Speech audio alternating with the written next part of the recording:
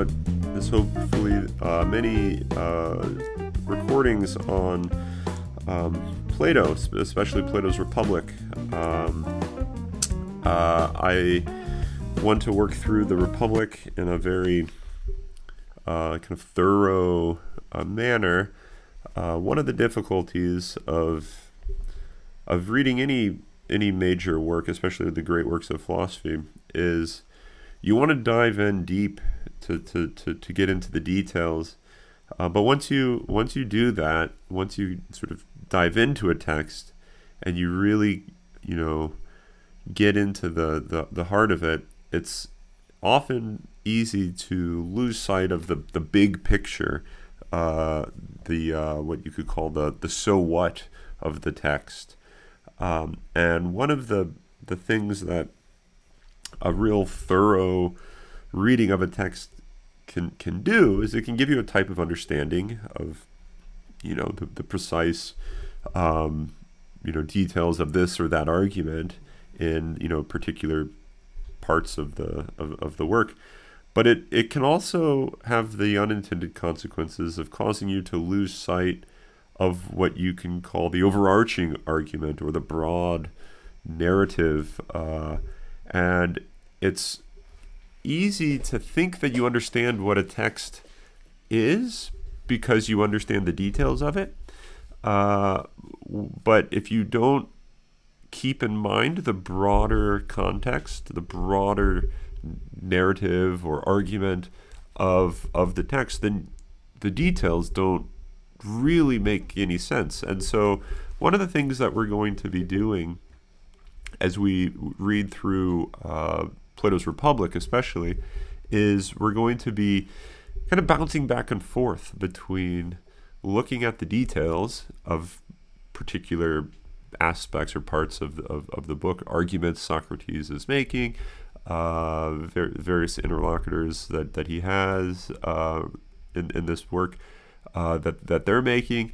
But then we're going to also then always be referring back to what I will lay out in a later episode, the main themes, the main concepts, ideas that I think are being recapitulated or re-examined over and over throughout the text. And so if you fail to be able to jump back and forth between the details and the picture, or what you can call the parts and the whole, you lose sight of everything. So just as a microscope is very useful for helping you to understand something, just focusing on the microscopic details of something can cause you to forget what really it is that you're looking at. Right? So you might get the impression that because we know the cellular structure or whatever is going on deep down at the microscopic level, then we really know what we're talking about, what we're looking at. But if you can't kind of bounce back and forth but these are cells of a human being, or these are cells of a dog, which is the dog that I've had for years and years and years.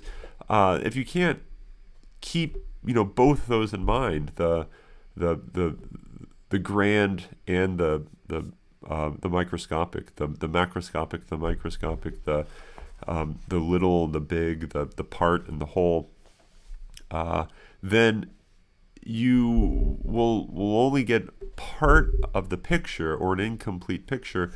And an incomplete picture is useful, but it's also dangerous, because you can draw various conclusions from an incomplete picture, which are false, right? So those conclusions could be false, bad assumptions, because you take the part of the picture to be the whole of the picture, right? So this, I think, is one of the tendencies of what you could think of as like an atomism, or something along those lines in the sciences, where you have the emphasis, the study on the parts get overemphasized, and therefore they blind you to the whole of which they are parts, which then causes you to even forget that these are parts of something, and therefore you just eliminate or get rid of whatever these are parts of. And so then you actually don't understand what you're really even looking at. If you take, the microscopic to be the fundamental reality, then you actually forget that this is the microscopic view of something, right? Of a dog, of a human, and so you have this forgetfulness that you get of the broader picture by a focus on the narrow picture. And so I want to kind of lead you right here at the beginning to think about that, to reflect on that as we read Plato's Republic, because I think one of the things that can happen is you can read a text and you can think, this is really boring. Why do people say this is such an exciting, important text? It just seems so overly complicated and things. Now, there is a lot of complications going on, but it's not a boring text. And in fact, the reason it's not a boring text comes out if you read it kind of quickly. And that's because you don't get bogged down by the details. If certain parts of what someone says don't make sense to you, you just keep going. And you can still track the conversation, the bigger conversation, even if you don't fully get the details. And it can still be a very interesting conversation, even if you don't understand every bit and piece that's being said. We do this in our everyday life. So like when you're listening to friends talk about, I don't know, maybe it's your favorite sports team, or maybe it's not even a sport that you really, so much enjoy or know a whole lot about, especially say at like the professional level. You don't know the players and anything like that. You don't know the records of the teams, but you can still follow the conversation and find the conversation to be pretty interesting by just like listening to it, even if you don't know the details. And then if you were to just stop and think, overly, just be overly careful about, oh wait, I can't follow the conversation because I don't know who this person is. You have to stop and try to look up who that person is. You'll kind of lose the conversation and you'll just kind of get lost. So it's amazing how we can follow stories, we can follow conversations, even though we don't know the details, and they can still be very interesting when you don't know the details. And so I advise you to not lose hope if at any point the Republic kind of seems like, I don't really get this doesn't really make sense. That's fine. Keep plugging away, keep pressing on, because like most things, they make sense after the fact or down the road. So when you finish something, you can then reflect back on what has happened and say, now I see why that person said this or why that person did this.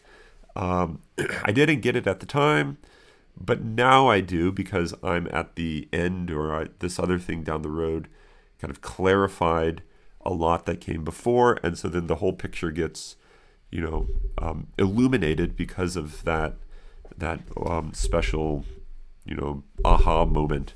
So I would recommend that you keep your spirits up, keep pressing through the reading of Plato, because it does pay off, but it's sort of different for each person when that's the case. Some people are sucked into Plato right at the very beginning. Some people it's after a couple pages. Some people don't really catch on to really what's going on in the conversation until much later. Sometimes it's at the very end, and that's just different. Sometimes it's different temperaments. Some people focus on certain aspects, and that's what kind of gets in the way or blocks them from really being able to comprehend what's happening.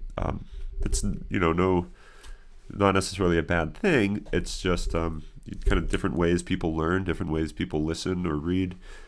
Just as some people can follow conversations easier than other people, but the thing that's necessary is that if you're going to understand a conversation, and reading a book is like a conversation, especially the Republic, since it's literally a dialogue, the way you understand a conversation is by sticking with it. It's like if you were to be standing in a store and then all of a sudden you overhear this conversation, your first minute, you're like, what the heck are they talking about? I don't get what they're talking about. And as you listen, the more you listen, you realize, oh, this person's pool is leaking and they're talking about how to fix this, but they're talking about this type of material that I don't know what it is. And the more you listen, you might realize, oh, it's probably some sort of like cement that they're thinking about using. So the more that you stay with the conversation, the more it'll clarify itself. And so a philosophical spirit is one who is willing to stay with the conversation, to stay there, and to kind of be patient, to let it kind of reveal and speak to you, and not think that you have to get the answers right up front as quick as possible. It's one of the dangers of kind of the world that I think we live in, is that we have this expectation that if we don't understand something, the answer should be as readily available as possible. And it's a really unhelpful thing, because what it's saying is, when you don't understand something, the problem is on the other thing's terms. So like if someone speaks and says something to you and you don't understand what they're saying, your initial impression, or at least my initial impression, a lot of us, is, oh, the problem is on their end. They need to clarify themselves. They're the ones that, are in the wrong. They need to, speak more clearly, say more things. I can't figure this out. Whereas in reality, that may be the case, but it's just as much perhaps the case that the mistake lies in you. Maybe it's the case that you're not, well disposed to understand what they're saying or to think about what they're saying. And so there's kind of a burden or an expectation that the reader of a text or the listener of a conversation has. They have to have a type of patience to listen or to read with kind of an open ear, and not to think that all the answers should just come right when I want them, because maybe it's the case that I need to kind of reorient myself, reconceive of the situation if I'm going to understand it. So maybe the issue is in how I've conceived of things, not in the things themselves. And so that's something that I think philosophy is trying to do. It's trying to get the reader or the participant in a conversation to slow down and to realize they need to restructure or reorder themselves if they're going to understand. And that's basically what wisdom is. It's this willingness to like hand yourself over to the truth, even if that means you have to correct or revise your own understandings of what it is to think, what it is to know. So I ask you to have that patience as you proceed.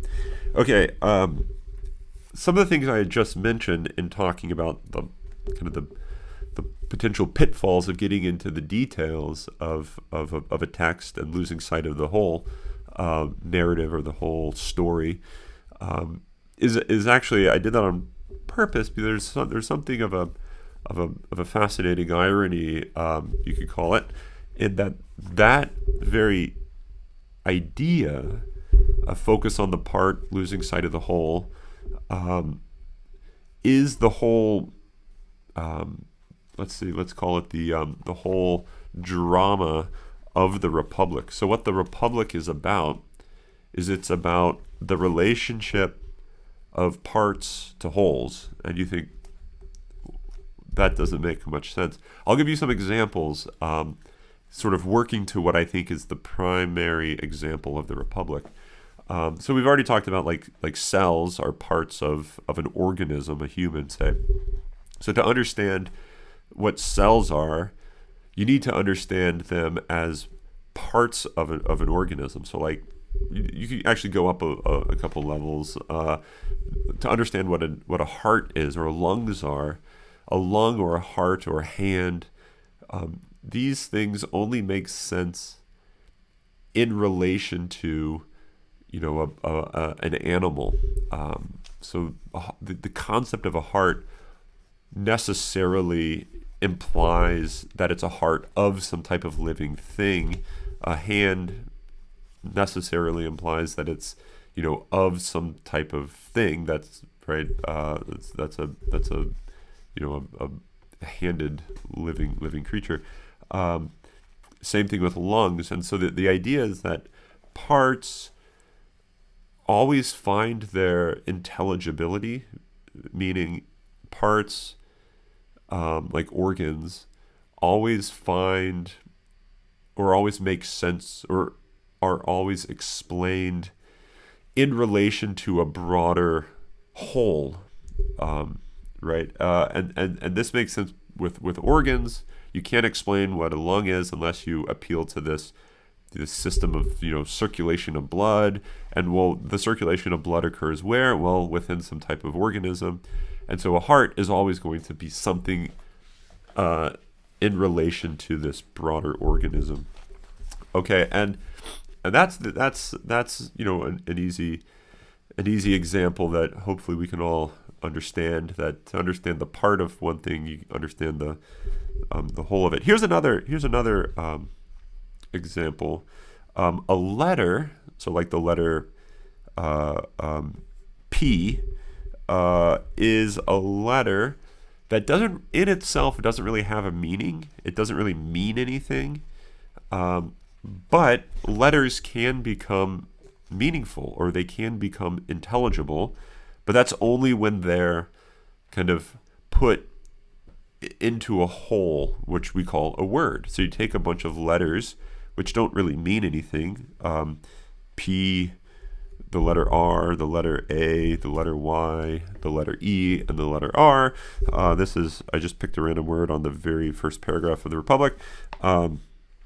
Right, just a couple lines down, they refer to prayer, right? So each of those letters taken individually, the letter P doesn't mean anything, the letter R doesn't mean anything, but then when you relate them all to each other in a particular way, you order them all in a particular way, and you put Prayer, and you put them all together, somehow you get this thing that we call a word, which is this whole, which has a meaning, right? The word prayer has a meaning, even if it's the case that the individual letters taken individually or on their own don't have a meaning.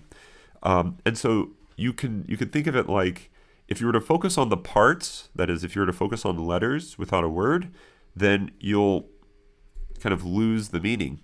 You only get the meaning when you find the parts all related to each other, ordered to each other, and made into a whole. Going back to the organism with the organs, all the organs only make sense. They only are organs when they're related to each other and they're parts of a whole, organic system.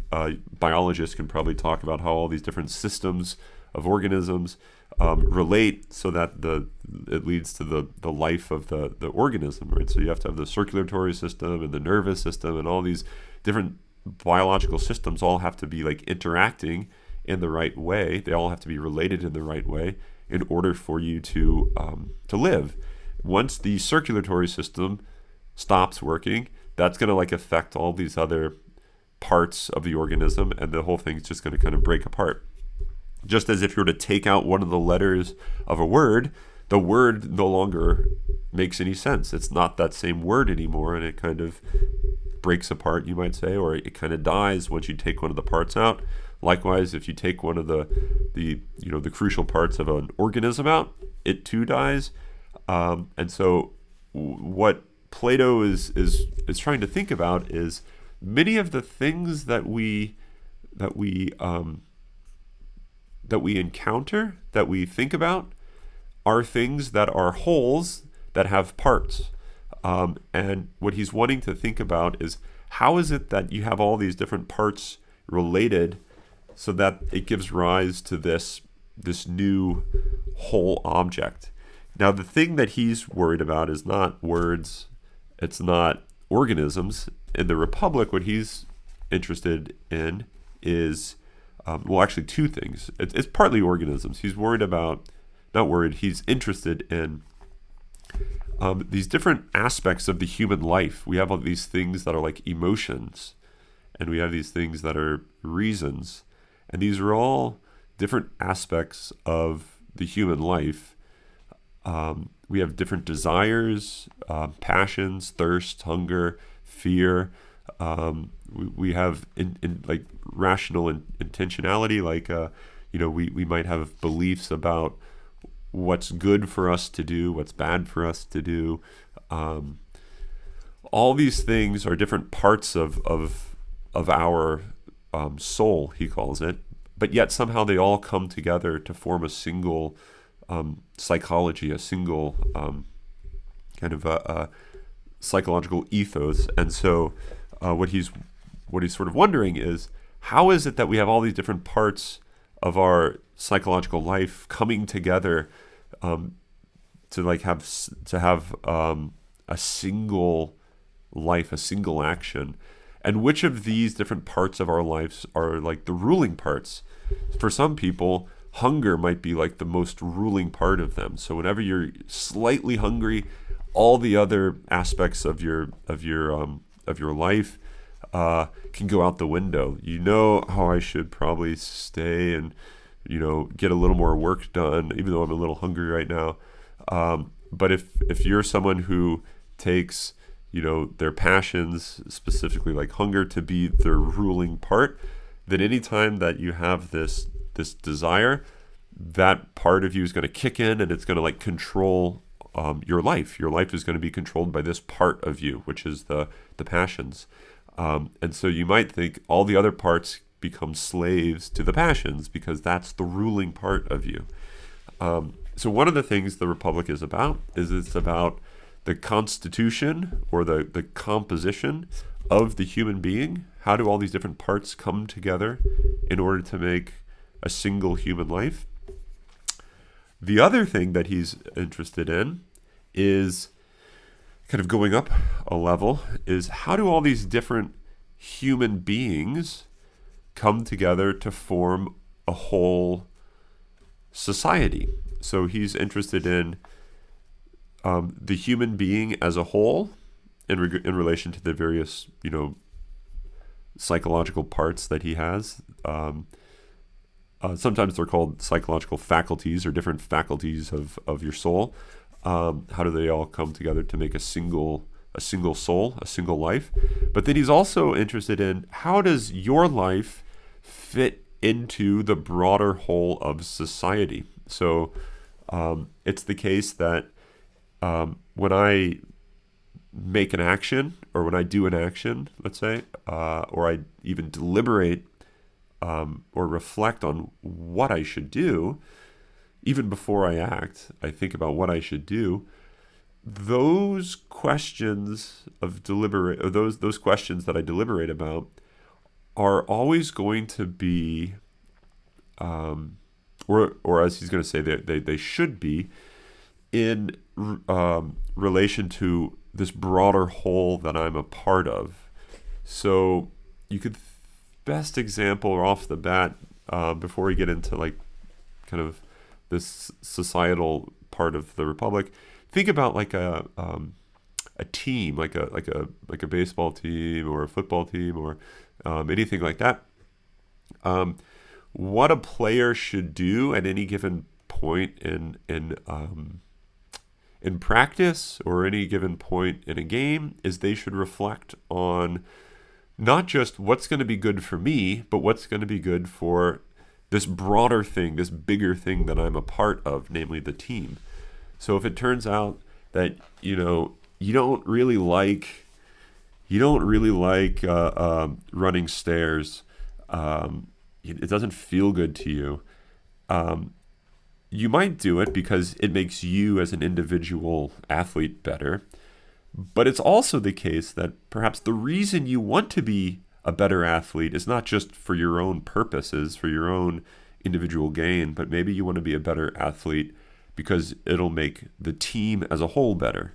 And so there's this thing that you realize your training is at the service of. Your training isn't just at the service of you as an individual. It's at the service of this bigger reality that you are a part of. And so you could think of an analogy. Hearts and lungs are to human beings as human beings are to teams, or human beings are to society, right? An individual human being is like an organ of society. And what the Republic, Plato's Republic, what it's about is it's about that twofold kind of constitution relationship between the parts of an individual and the individual as a whole, and then society and the parts of society, the individuals. And so when you think about what's going to make me happy, how am I going to live a good life, you need to think about those two things. You need to think about what are parts of me and how do I order those parts? Like, how do I, properly control my hunger and all my other bodily desires? How do I keep all of that under wraps so it doesn't kind of control me and my life becomes a slave to these passions? But then also, you have to ask the question on the other side, which is, how does my life serve this bigger, broader reality? This is something that if you ever, or if you are now, or if you ever go on to become a parent, you realize this is like what the question of family life amounts to. How is it that I, as an individual, can be happy? Well, it's only going to be in relation to these other people that I'm living with. And so my happiness is actually something which is found in relation to other people.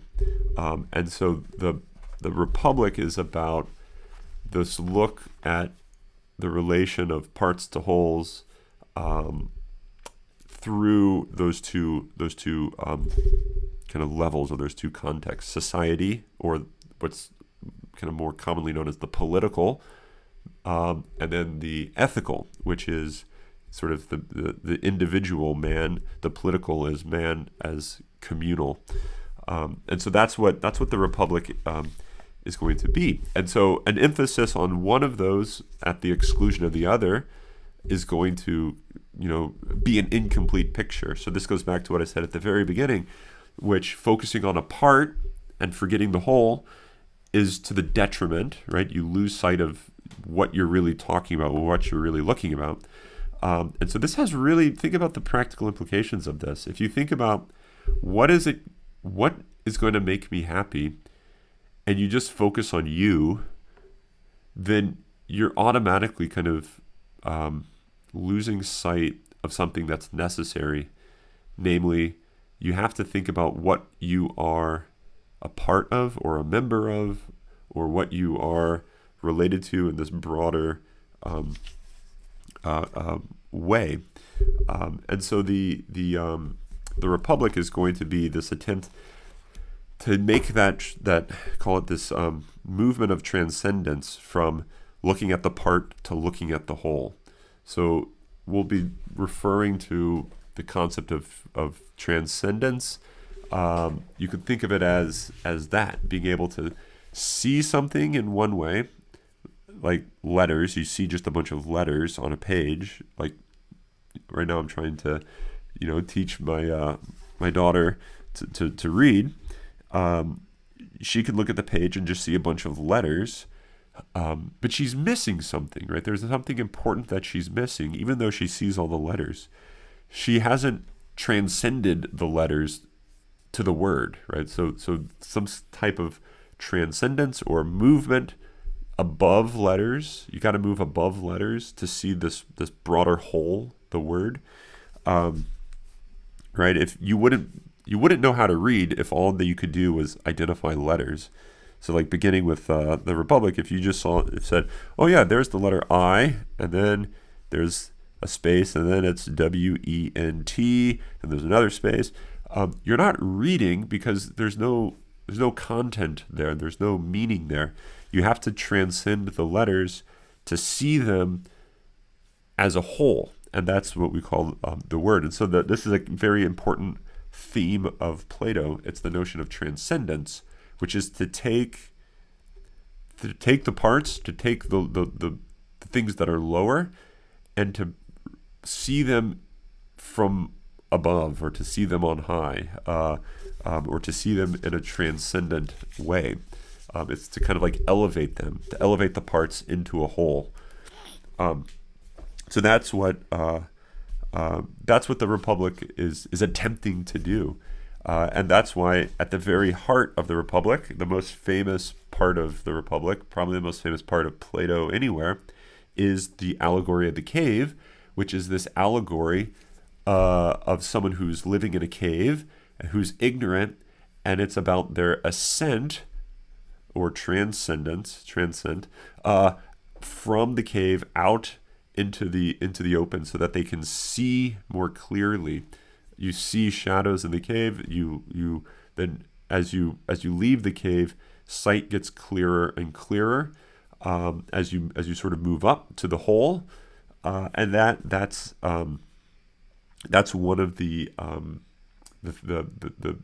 themes throughout the whole of the Republic, is this idea of moving to a new, deeper way of seeing parts, so that they get all ordered, and they almost become a whole new reality. Just as letters become a whole new reality when you see them as words, the human life becomes a whole new reality when you see it as not just a whole of all these, competing emotions and desires, but the human life becomes a whole new reality when you see it embedded in a broader life, a societal life, or a familial life, or even for Christians, a divine life. Once you see the human life as part of, in some interesting sense, part of the life of God, the divine life.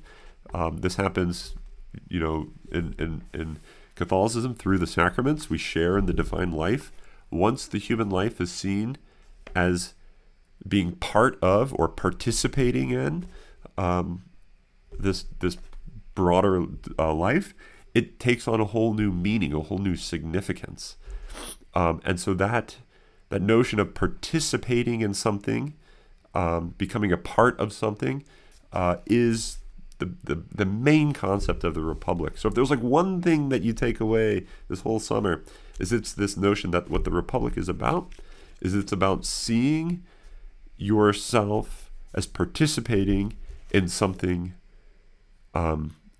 bigger, something more transcendent, something more elevated. Call it that. Just say more elevated than just you as an individual. And so as we go through the Republic, the things that you'll be wanting to look at is the ways in which Plato is pushing us to try to make that transition from seeing things in terms of parts to seeing things in terms of the whole.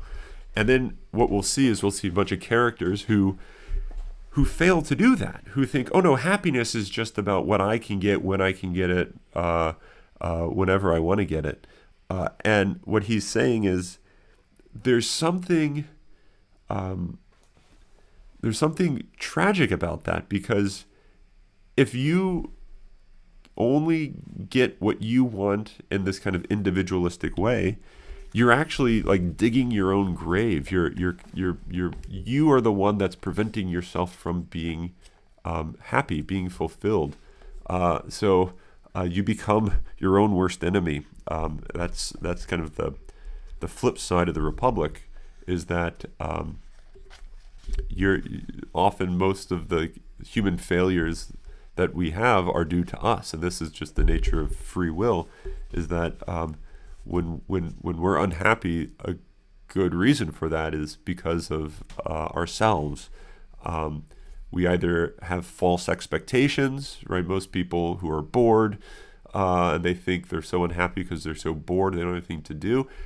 That's likely, their boredom is likely their own fault in many ways, because there's lots of things that perhaps could be done in the state of boredom that would lead you to not being bored. But it's your decision not to do those things, or not to see the stuff before you as interesting. Right. So that's one of the things to realize, is that our failures are often our fault too. So when things aren't going your way, I think what Plato's wanting us to do is to stop and reflect on what is it about us that's contributing to our own unhappiness, because that often is going to be a very key element to why we're unhappy. And if we can change that, or if that's within our control, then we're going to be able to be one step closer to being happiness, or to being happy. And one of the things that I think is at stake in all that is our ability to see reality in this transcendent way, which lets us, live a higher life.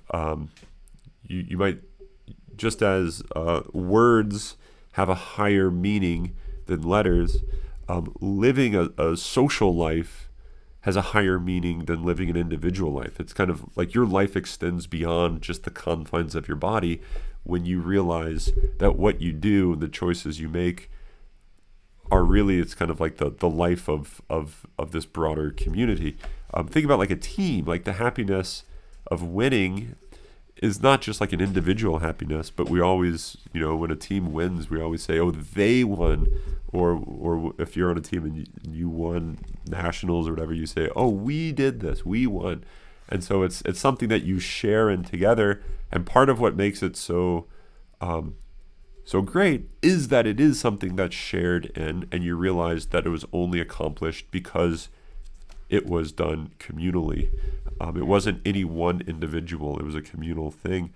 And you realize, therefore, your life is bigger than yourself now, because you've united yourself to something broader than just an individual. Okay, so that kind of frames the Republic a little bit, and we'll be returning to those themes. Before we finish, I want to say just a brief word about Socrates and Plato and the format of the Republic.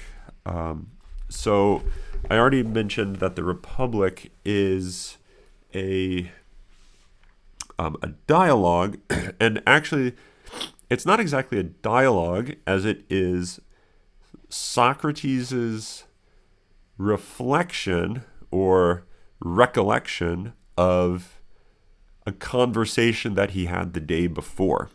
So the way that the Republic begins is, I went down to the Piraeus yesterday with Glaucon, the son of Ariston, to say a prayer to the goddess, and also because I wanted to see how they would manage the festival, yada yada. Okay, so it's Socrates telling us, the reader, I went down to the Piraeus yesterday, and here's what happened.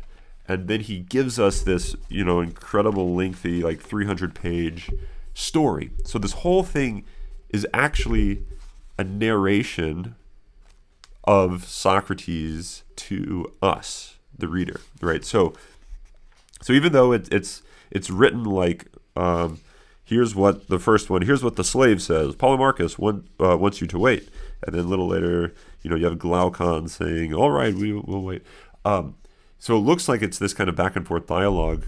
You should think of it as like it's Socrates, sitting there, reporting this conversation that happened. Okay, and now this is significant for a couple of reasons. One of the main reasons that this is significant is it's sort of reminiscent, or not reminiscent, it's foretelling of the whole structure of the Republic. So the Republic, as we kind of already alluded to, is about this movement from parts to whole. But one of the things that we'll see is this structure, which is known as like an exitus reditus structure. It's a common phrase. That's a common phrase used in theology. What it basically means is like this leaving and coming back journey. So the Odyssey is a great, classic example of this. It's like a leaving, and then you are trying to return. You go out, and then you come back.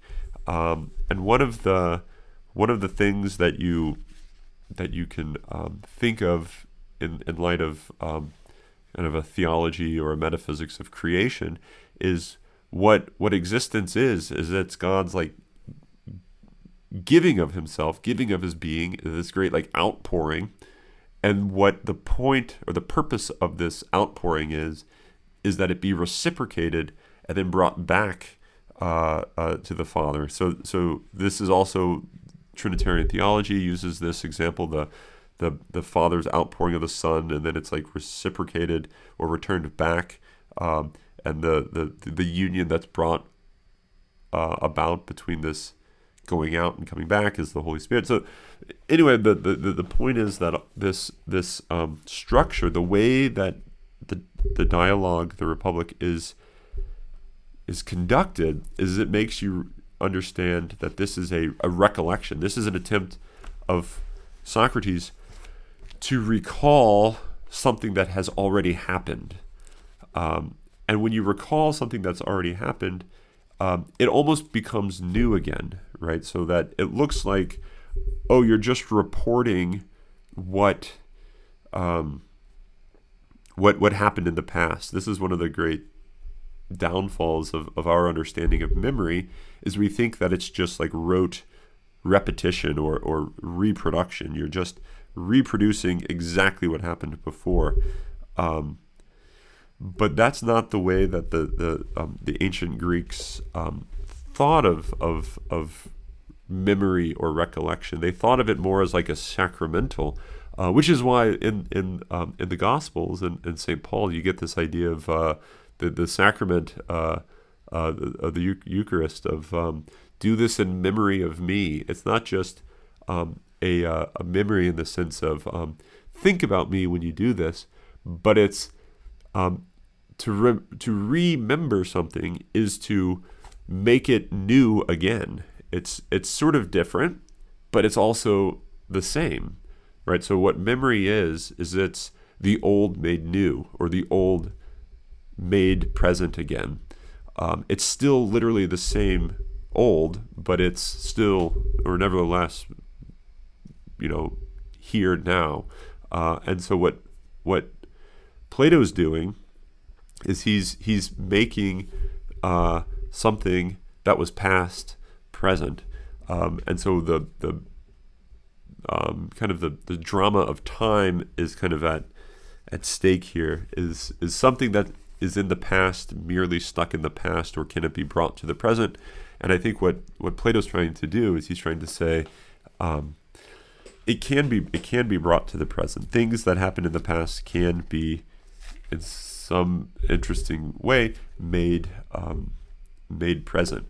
An action you've done in the past doesn't just stay in the past; it kind of lingers, and what you do in the future can have effects, interestingly enough, on that past action. Real quick example, then we'll go on. So if you're playing music, you're playing like the piano, like an improv, piano piece, and you're playing, and then you hit a note that doesn't exactly sound right, but you keep going, and as you keep going, you can kind of correct that note because you can make it part of like a particular run or something, and then it becomes fitting. It actually starts to make sense as you continue. So what looked like it was a mistake can actually be redeemed given how you progress forward. And so that's one of the things that is going to be going on here. This notion of recollection as being able to take what was past, made it, have it being brought to the present, and that thereby kind of redeems it in a way. Okay, so I want to say a brief word about Plato and Socrates. They were both actual real people that lived in ancient Greece, in Athens. Socrates was older than Plato. Socrates never wrote anything, and so everything that we have about Socrates is through the writings of others. So most especially Plato. There's other people that wrote a little bit about Socrates, but Plato's like our main source for understanding Socrates. Socrates was born roughly around 469 BC, lived in Athens his whole life, and he dies in 399. He served in the military. Let's see. He was sort of reported for having been a pretty well-known public figure, despite his intentions. A couple dialogues of Plato, Socrates is said to have kind of wished to have lived a private life, but he kind of gets sucked into public renown, partly due to just how odd of a character he is. Let's see. So Plato was a student of Socrates, you could say. But by student, what I mean is he just spent much of his time with Socrates, with a group of other young men. They just, sat with Socrates, walked around with him while Socrates talked. They had conversations with him. So it was sort of an informal type of schooling. But that's the origin of the academic context. Is actually Plato starts one of the first schools, you could call it, in the West, the academy, and it was just this kind of informal school where people come and they dialogue, they have conversations, and the conversations consist in asking questions and answering, and then being willing to question the answers and kind of go back and forth in this question and answer type of way, all with good spirit in regards to no one is winning or losing. Everyone wins when people are honestly trying to understand. So it's not I'm trying to get this person to believe what I believe. That would not be philosophical. That would be what Plato refers to as sophistical. That's what the sophists do. They're not worried about understanding. They're just worried about trying to convince people of what they believe. Whereas what the philosopher is doing is they're trying to ask questions and understand, even to the point of being willing to say, I want to prove my own views wrong. I'm trying to prove myself wrong, as sort of a mark of how much they love the truth, right? They love the truth over their own, preconceived ideas, or theories or things like that. So sort of an interesting thing, but it's rooted in this type of dialogue. You have to have another person questioning you if you're going to practice philosophy, because you have to be examined. Someone has to examine you, kind of almost like you could think of it as like a doctor shining a light on the sick patient, trying to reveal all of the errors, all the mistakes in the patient.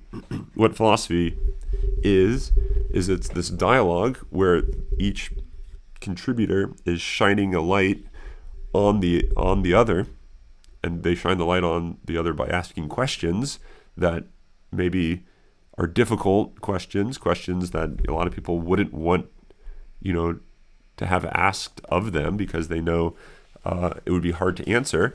But the idea is that the philosopher, is this person who wants to be examined because they want the truth over their own false opinions, and so they're trying to like uproot all of these false opinions. And so it's like the light is being shown on the other by these questions, and the dialogue is the way of kind of resolving, maybe not resolving, but the way of carrying out the examination, which is aimed at truth. Now, the thing is that Socrates was killed for doing this. He was executed by drinking hemlock, famous hemlock. It actually, I think, grows natively in Kansas, so you kind of have to be careful eating little white flowers. I think they look like Queen Anne's lace, if you know that flower. So don't eat any little white flowers in Kansas, because they're poisonous. But he drank hemlock and died, and that was in 399. And one of the reasons is because of the fact that he conducted this type of method. And why would this be a problem? Well, if those that were in power, those that were sort of politically strong, were being questioned, and they couldn't answer those questions, then their power, their authority is being removed from them, right? So if someone, it's like the emperor's new clothes, right? If no one questions the emperor, it seems like he has all this power. But once you start to question him and you realize he's just an average Joe like everyone else, that he doesn't know any better than I do. He doesn't know any better way to rule than I know how to rule. It looks like his authority gets undermined once his ignorance is manifested or revealed. And so Socrates was hated because he was kind of revealing the ignorance of all these people that had power. And obviously, if you have power, you don't want that to happen because you want to retain your power. And so they had to get rid of Socrates, and so he was executed. Okay, so all of this is within the context, or within kind of the aim of being able to see what's so special about Plato. So Plato picks up where Socrates leaves off. And what I mean by that is Socrates carries on this dialogue in flesh and blood with people. And that's the philosophical spirit, like this conversation of being willing to ask questions and being willing to be asked questions by other people, and not fearing, saying, oh, I don't know the answer to that. That's a good question. I don't know the answer. Or even you come to the realization, oh yeah, I'm wrong about that. That's not the right answer, and having to correct yourself. So Socrates did that in flesh and blood. What Plato does is Plato writes dialogues. Plato does that in person too, but he's most well known for writing these dialogues. And what's so special about the dialogues is they're conversations. And what he wants you to get out of reading these conversations is that you become a participant in the conversation itself. So it's not simply that you're this outside, bystander that's just passively reading these questions. So when Socrates asks a question of Glaucon, it's not like you as a reader just say, oh, I'm glad he didn't ask me that question because I don't know what the hell I would have said. Instead, what's going on is when Socrates asks Glaucon this question, in the Republic, the reader who's listening, so to speak, or reading to this conversation, they start to ask themselves that question. And so it looks like what Plato's dialogues allow for is they allow for the reader to enter into a dialogue even if there is no flesh and blood person before them. So the written dialogue kind of reincarnates Socrates, so that Socrates now questions the reader through the reader's attentiveness to the conversation that's happening in the dialogue. So it's a really beautiful kind of stylistic thing that's happening here, that the reader gets sucked into the dialogue so that they become a participant. And so it's never the case that you should say, these are questions that Socrates is asking of Polemarchus or Socrates is asking of Adeimantus or anything like that. You should always say, these are questions that are being asked of me, the reader of the dialogue. And to do that is to read philosophically. And all of Plato's dialogues are things that are intended to be read philosophically. Just as a reader of like sacred scripture needs to read everything spiritually, right? So it's not like you read it merely just for the historical sort of insight that you might get, or the legal literary insight you might get from the scriptures. It's always, this is something that's not just being reported, but it's something that's being spoken to me, the reader. And so it's always personal, right? So reading is always a personal activity. And so what what Plato is doing in writing the dialogues is he's trying to call you, the reader, into dialogue, into conversation with the text, right? So it's not just that you're reading about a dialogue between these characters on the page, but rather you yourself are dialoguing with the text. And so some of the times you'll come across an answer that one of the members of the conversation give to one of Socrates' questions, like, oh, what do you think justice is? And the answer is so bad that you think, no, you shouldn't say that. That type of reaction is the reaction that that Plato wants the reader to have. He wants the reader to get involved in the dialogue, in the conversation, so that you kind of chime in as you're reading the dialogue. That can only happen if you're attentive, if you're reading it carefully and earnestly and personally. Just as when you're reading scripture, if you read it sort of in a disinterested way, you'll probably fall asleep and you'll probably think it's the most boring thing ever. But there's other people that can read scripture if you read it attentively, and you read it and you try to question it and you try to think of it in ways that sort of speak to you. It becomes a whole new type of book. It becomes almost like a living conversation. That type of thing is also what Plato wants the reader to have in reading his dialogues. So keep that in mind as you read the Republic. Don't just think about what they're saying. Also think about what you would say to this, and why did he say this in light of the fact that I'm reading it. So that's always important to keep in mind. Last thing, and then we'll call it good, and then we'll get into book one next time. This is just sort of set up for the Republic.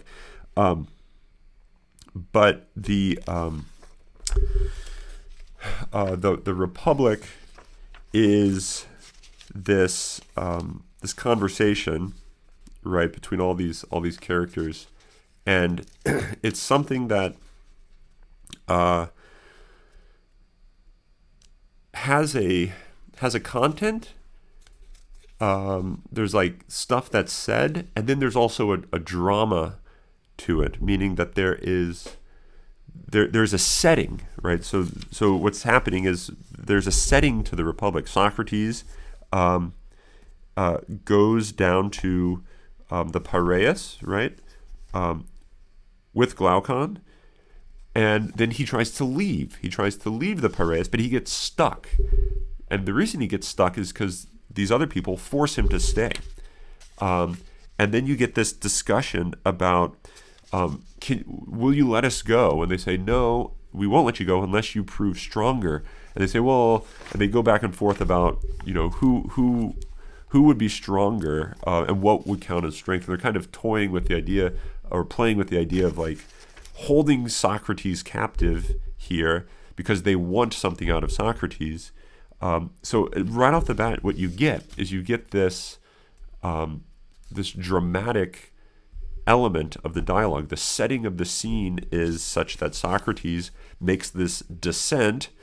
He tries to ascend, but he can't because people, the majority, with force, the majority with what they regard as power, they're holding Socrates back. They're basically enslaving him, and he's trying to leave. He's trying to go back home to Athens, and now that is like the dramatic telling of the thesis of the Republic, right? So as we said earlier, the Republic thesis can be seen as this: how do you make the ascent from the lower to the higher, the lower view to the higher view, the parts to the whole?